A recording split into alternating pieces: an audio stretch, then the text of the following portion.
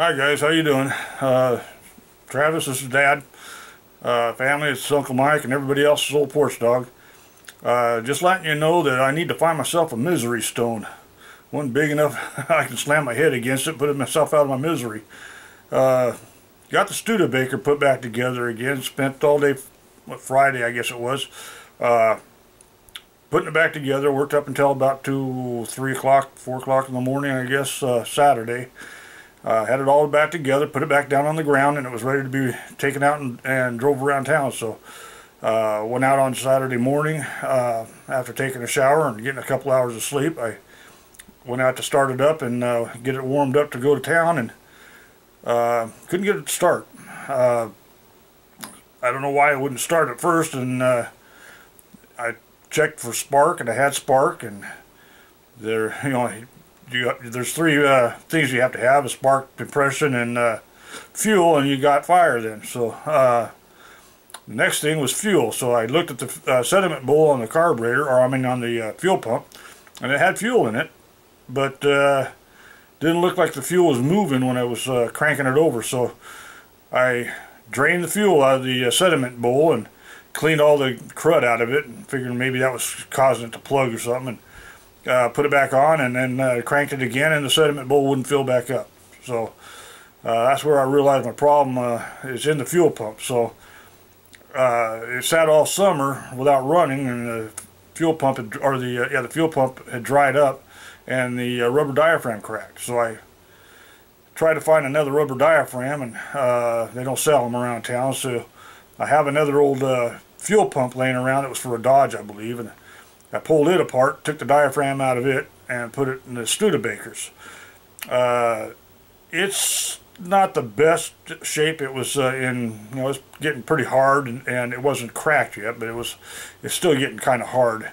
So it wasn't working the best. It wouldn't draw the fuel to the fuel pump out of the gas tank. So what I ended up having to do is take the fuel line loose at the carburetor and draw use a vacuum pump and suck that fuel through the fuel pump and then up to the carburetor, and then I hooked the gas line back up, and it seemed to be primed, and it worked then.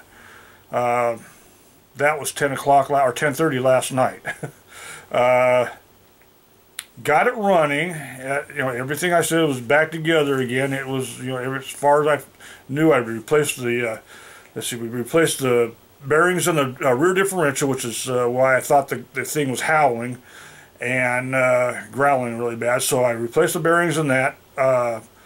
They weren't in that bad a shape, but I did replace them anyway. Replaced the front pilot bearing in the transmission figure, and that's where my vibration was coming from. And we found the universal joint was bad, so that obviously was where my vibration was coming from. We went to Prosser and found a guy over there, or not Prosser, but Toppenish, and he had exactly what I needed, the right part number for the for the universal joint and the plate that the universal joint mounted in. So I'm pretty happy. I'm pretty tickled. I'm ready to run this thing around town over there in the Tri-Cities Saturday, and after spending all day messing with the fuel pump, by 10:30 last night, I had to pee pretty bad, and my hands are all covered in grease and gas and silicone, and so I'm running up to the house. Well, you got to remember, I was just locked up the house and was getting ready to run into town, and I run up to the glass door and it won't open. And so I got to run around to the front door and unlock it, and standing at the kitchen sink trying to wash up, and you're doing the pee-pee dance down there, and I've learned a few more dance steps now, but we drove it around last night, and the growling sound has moved forward. It's no longer in the rear end, it's in the front end. It's in the transmission, so Uncle Mike's not feeling so great anymore. He's going to have to put the car back up on jack stands, pull the transmission out again, and this time he's going to have to crack it open, and I hate cracking open transmissions. Manual transmission, when you don't have a book for it, you're shooting in the dark, and you really don't know what you're doing. So anyway, that's where I'm sitting right now. It's not a pretty picture, and I don't know, I might make another trip over to Toppenish and see if the guy might have another transmission for parts or something. That's hard to say, but anyway, that's where we're at. You know, I gotta find me a misery stone, so talk to you guys later.